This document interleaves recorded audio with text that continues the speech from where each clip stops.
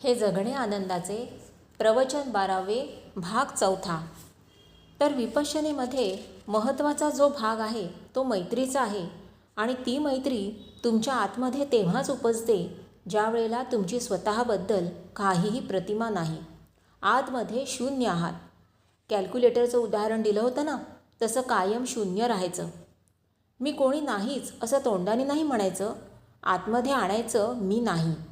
तेव्हा तुम्हाला जाणवेल की तुमच्या आतला जो रेकॉर्डेड मेंदू आहे तो आता आपोआप काम करत नाही, तो शांत आहे. झोपेमध्ये शांत असतो तसा दिवसा शांत आहे. समोर आलेली व्यक्ती ओळखता आली पाहिजे, त्यापेक्षा जास्त काही ओळखण्याची जरुरी नाही. ते कसे आहेत, चांगले आहेत, वाईट आहेत, जे काय असेल ते. या क्षणाला मनुष्य समोर जसा आहे तसा एक परमात्म्याचा अंश म्हणून माझ्यासमोर येतो. ही तयारी करून घेण्यासाठी विपश्यना आहे. सहजगत्या मैत्रीचा भाव व्हायला पाहिजे. प्रज्वळली प्रेमशिखा किंवा तिथे असावा प्रेम जिव्हाळा. प्रेम आणि जिव्हाळा त्याच वेळेला येईल की ज्या वेळेला स्वतःची प्रतिमा तुमच्या मनात नाही, दुसऱ्या कोणाच्याही मनामध्ये तुमची स्वतःची प्रतिमा प्रतिष्ठित केलेली नाही आणि दुसऱ्या कोणाच्याही प्रतिमा तुमच्या मनामध्ये नाहीत. चांगल्या वाईटाचे द्वैत. चांगले संस्कार व्हावेत, वाईट संस्कार होऊ नयेत हे बरोबर, पण जगामध्ये आपल्याला जे काही वाईट म्हणून दिसतं ते कुणी निर्माण केलं? हे संबंध विश्व जर देवाने निर्माण केलं तर त्यातला वाईट जो भाग आहे तो देवाने नाही निर्माण केला. तुम्हाला माहीत आहे ते वाईट आहे, पण देवाला ते माहीत नाही असं तुम्ही म्हणू शकता? इथे वाईट आणि चांगलं, सज्जन आणि दुर्जन आहे, राम आहे आणि रावण आहे. इथे धर्मराज आहे आणि दुर्योधन आहे. हे दोन्ही देवाने निर्माण केलं. ही देवाची लीला आहे. तुम्ही ते टाळू शकाल? त्याचा अर्थ तुम्ही सज्जन होऊ नका, दुर्जन व्हा असं मी तुम्हाला सांगत नाही. ही जी सृष्टी आहे इथे चांगलं आणि वाईट दोन्हीही आहे. हे शिकण्यासाठी संबंध जीवन म्हणजे एक मोठी शाळा आहे. जे जे व्यक्त जगत आहे, ज्याला आपण जीवन म्हणतो, हे असं सगळं असेल तरच टिकणार आहे. रावण असेल तिथेच रामाचं महत्त्व आहे. समजा रावणसुद्धा राम झाला असता आणि सगळी पापं कबूल करून क्षमा मागितली असती तर सगळं रामायणच संपून गेलं असतं. रामायणाची मजा गेली असती. समजा अशी एखादी रामायणाची सिरियल किंवा नाटक केलं. शिवधनुष्य तोडण्याच्या वेळेला रावण पुढे येतच नाही. ते शिवधनुष्य तोडण्याच्या प्रयत्नात त्याचा अपमान होतच नाही. पहिल्यांदाच राम येतो, ते धनुष्य तोडतो आणि सीता त्याला वरते. रावण येऊन त्यांचं अभिनंदन करतो. रामायण संपलंच ना? किंवा अपमान झाल्याचा सूड उगवण्यासाठी सीतेला पळवून नेण्याचा कट रचण्याऐवजी त्याला उपरती होऊन त्याने ठरवलं की असं नाही करायचं, तर त्यावेळेला रामायण संपलं ना? पण खऱ्या रामायणात असं घडत नाही, तरी आपल्याला रामायण गोड वाटतं. तसं हे जे सगळं आहे ते गोड वाटून घेता आलं पाहिजे. केव्हा गोड वाटेल? की चांगलं आणि वाईट ह्या द्वैतातून, त्या सुखदुःखातून थोडं मागे सरून, निर्लिप्त अस्पर्शित असं थोडंसं त्याकडे बघायला शिकलो तर. त्यामध्ये सहभागी होणं वाईट नाही. कुठलाही खेळ तुम्ही मांडा, त्याच्यामध्ये कुणीतरी हरणार आणि कुणीतरी जिंकणार. मग जिंकणं चांगलं आहे का हरणं चांगलं आहे? कधी हराल, कधी जिंकाल. ज्यावेळी तुम्ही जिंकता त्यावेळी तुम्हाला सुख होतं, ज्यावेळेला जो हरतो त्याला दुःख होतं. तुम्ही कधी हरलात तर हरणाऱ्याचं दुःख तुम्हाला जाणवतं. खेळामध्ये हारजीत व्हायचीच. खेळ उत्तम खेळून त्याचा आनंद उपभोगायला पाहिजे. नेमकं तेच आपण करत नाही, कारण आपण केवळ हरण्याला आणि जिंकण्याला महत्त्व देतो.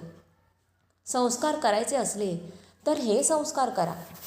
तुम्ही असं जगा की ज्या वेळेला तुमच्या मनाविरुद्ध गोष्ट घडली आहे आणि तुमच्या मुलांना कळतं की मनाविरुद्ध काहीतरी घडलेलं आहे, त्यावेळेला जर तुम्ही हसत हसत असं म्हटलं की हे बघितलंस ना, अशी अशी गोष्ट घडली आहे, पण आता आपण दुःखी नाही व्हायचं, आपण हसायला हरकत नाही. लहान मुलांच्या बरोबर तुम्ही हसून बघा. हे संस्कार लहान मुलांना कळतात.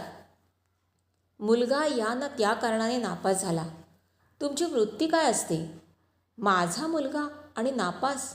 दुसरी मुलं नापास झाली तरी चालतात, माझा तो बाळ्या आणि दुसऱ्याचा तो कार्टा. असं ज्यावेळी आपण स्वतःच्या जीवनामध्ये वागतो त्यावेळी आपण संस्कार नीट नाही करू शकत, कारण आपलं मन ह्या अशा विचित्र संस्कारांनी बरबटलेलं आहे. तर जीवनामध्ये तुम्ही प्रेम करायला शिका. तुम्ही जसे असाल ते स्वच्छपणे कबूल करून आत बाहेर न ठेवता इतरांशी संबंध ठेवायला शिका. म्हणजे जी वृत्ती तुमच्यामध्ये येईल ती मुक्तीची राहील. काल परवापासून मी जे तुम्हाला सांगतोय की प्रत्येक मूल जे जन्माला येतं ते स्वतःचे संस्कार थोड्याफार प्रमाणात घेऊनच येतं. अतृप्त आहे ते जगण्यासाठी येतं. तुम्हाला ते नाकारता येत नाही. खलील जिब्रान म्हणतो, तुमची मुलं ही तुमची मुलं नाहीत. तुमचा भूतकाळ त्यांच्यावरती लादू नका. तुम्हाला जर शक्य असेल तर त्यांच्या भविष्यकाळामध्ये तुम्ही जगा. हे अध्यात्माचं वचन आहे. असं जगण्यासाठी फार निराळ्या वृत्तीने जगायला शिकायला लागेल. संस्कार हे का ते का फार काही फरक पडत नाही. अशा सगळ्या दृष्टीतून विमलाजींना शेवटी लक्षात आलं की असं जगता येतं. त्या म्हणतात, मावळले धर्म करायला लागतं असं नाही, सहजगत्या असं जगलं जातं. असं करा तसं करा काही सांगायला लागत नाही, कारण योग्य तेच आता हातातून घडतं. अशा तऱ्हेचं जीवन जगता येतं. चुकीचं प्रतिपादन.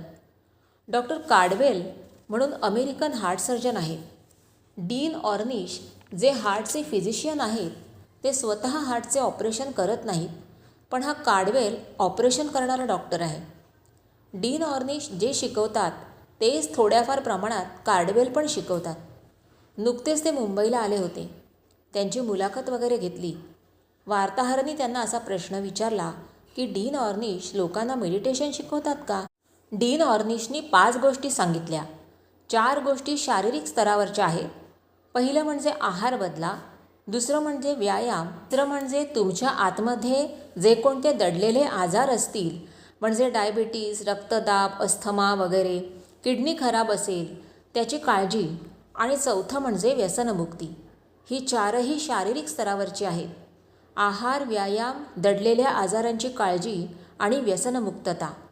आणि 5वं जे आहे ते मनाशी संबंधित आहे. जास्त करून भावनेशी संबंधित आहे. भावना उद्दीपित होऊ देऊ नका. भावनांवर नियंत्रण ठेवा. पण कसं? वर्तमान क्षणामध्ये जागं राहून. हे शिकावं लागतं. डीन ऑर्निशनी या गोष्टीला अत्यंत महत्त्व दिलं. एवढं महत्त्व दिलं की हे जर तुम्ही जपलंत तर त्या मानाने पहिल्या 4 गोष्टी गौण आहेत. गौण म्हणजे असं समजू नका की त्या दुर्लक्षित करू शकता. समजा योग्य आहार आहे, रोज व्यायाम घेता, तुम्हाला कोणत्याही तऱ्हेचा पूर्वीचा आजार नाही आणि तुम्ही व्यसनमुक्त आहात, तरीसुद्धा तुम्हाला हार्ट अटॅक येऊ शकेल. हे 5वं जर गडबडीचं असेल तर. कारण हार्टला रक्तपुरवठा होणं हा एक भाग आहे. आणि ज्यांना हार्ट अटॅकने मृत्यू आला त्यांचं जेव्हा शवविच्छेदन करून बघण्यात आलं तेव्हा असं लक्षात आलं की कितीतरी हार्ट्समध्ये रक्तवाहिन्या गोठलेल्या नाहीतच. चांगलं मजबूत भरपूर रक्त मिळणारं असं हृदय आहे, तरी हार्ट फेल झालं. आणि मग त्यांच्या असं लक्षात आलं की पुष्कळांचं हार्ट बंद पडतं त्याचं कारण हार्टला रक्तपुरवठा होत नाही हे नाही, तर हार्टची इलेक्ट्रिकल ॲक्टिव्हिटी खंडित होते म्हणून. आपल्या हृदयाच्या दर 2 बीट्समधलं अंतर नेहमी समान असतं. समजा एका मिनिटामध्ये 70 बीट्स असतील तर त्या बीट्समध्ये इक्वल इंटरवर पडत नाहीत, कमी जास्ती असतात. त्याला एक नवीन शब्द आहे, हार्ट रेट व्हेरिएशन. हे रक्ताशी संबंधित नाही, इलेक्ट्रिकल ॲक्टिव्हिटीशी संबंधित आहेत. आणि ही इलेक्ट्रिकल ॲक्टिव्हिटी कमी जास्ती होते याचं महत्त्वाचं कारण म्हणजे मानसिक ताण, इमोशनल स्ट्रेस.